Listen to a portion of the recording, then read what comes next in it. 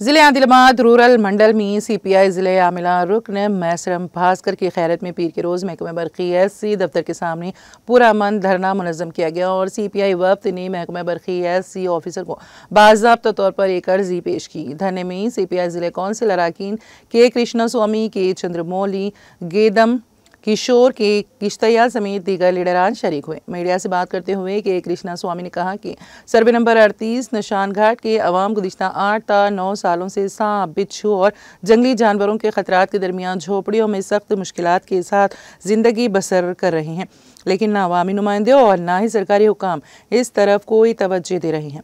उन्होंने इल्ज़ाम लगाया कि आज तक निशान घाट की आवाम को बिजली जैसी बुनियादी सहूलत तक फराहम नहीं की गई, जो इंतहाई अफसोसनाक है। सीपीआई रहनुमा ने पुरजोर मुतालिबा किया है कि शान घाट के अवाम को फौरी तौर पर बरक़ी कनेक्शन फराहम किया जाए। उन्होंने कहा कि अंधेरों में ज़िंदगी गुजारने वाले इन ख़ानदानों को बुनियादी सहूलतें फराहम करना हुकूमत की जिम्मेदारी है।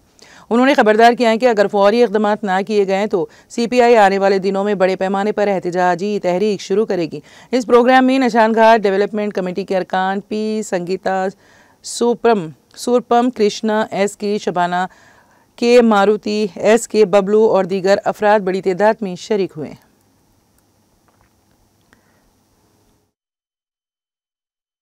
నిషాన్ ఘాట్లో గత 9-10 సంవత్సరాల నుంచి మరి కరెంటు సౌకర్యం లేక, అదే విధంగా రోడ్డు సౌకర్యం లేక, నీటి సౌకర్యం లేక మరి ఎన్నో ఇబ్బందులు పడుతూ మరి పాములు, తేళ్లు కూడా ఉండగా కూడా మరి వాళ్ళు ఎంతో దుర్భరమైనటువంటి జీవితాన్ని గడుపుతున్నారు.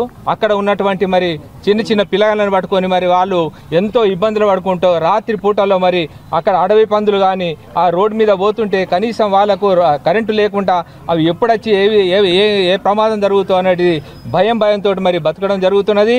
అదేవిధంగా మరి పిల్లలు, చిన్న చిన్న పిల్లలు అక్కడ మరి వర్షం పడితే కూడా మరి ఎటువంటి వాళ్ళకు కరెంటు సౌకర్యం కానీ మరి బురదతోటి మరి ఎంతో మరి ఇబ్బంది పడుకుంటూ వాళ్ళు ఎంతో మరి దుర్భరమైన జీవితం గడుపుతున్నారు. దీని మీద మరి ఎన్నోసార్లు మరి అధికారులకు ఎన్నోసార్లు మరి విజ్ఞప్తి చేసినా కానీ వారు పట్టించుకోకుండా మరి దీన్ని నిర్లక్ష్యం చేస్తున్నారు. వాళ్ళు ఎన్నోసార్లు కూడా మరి ఎన్ని విజ్ఞప్తులు చేసినా కానీ పక్కకు పెట్టేసి మరి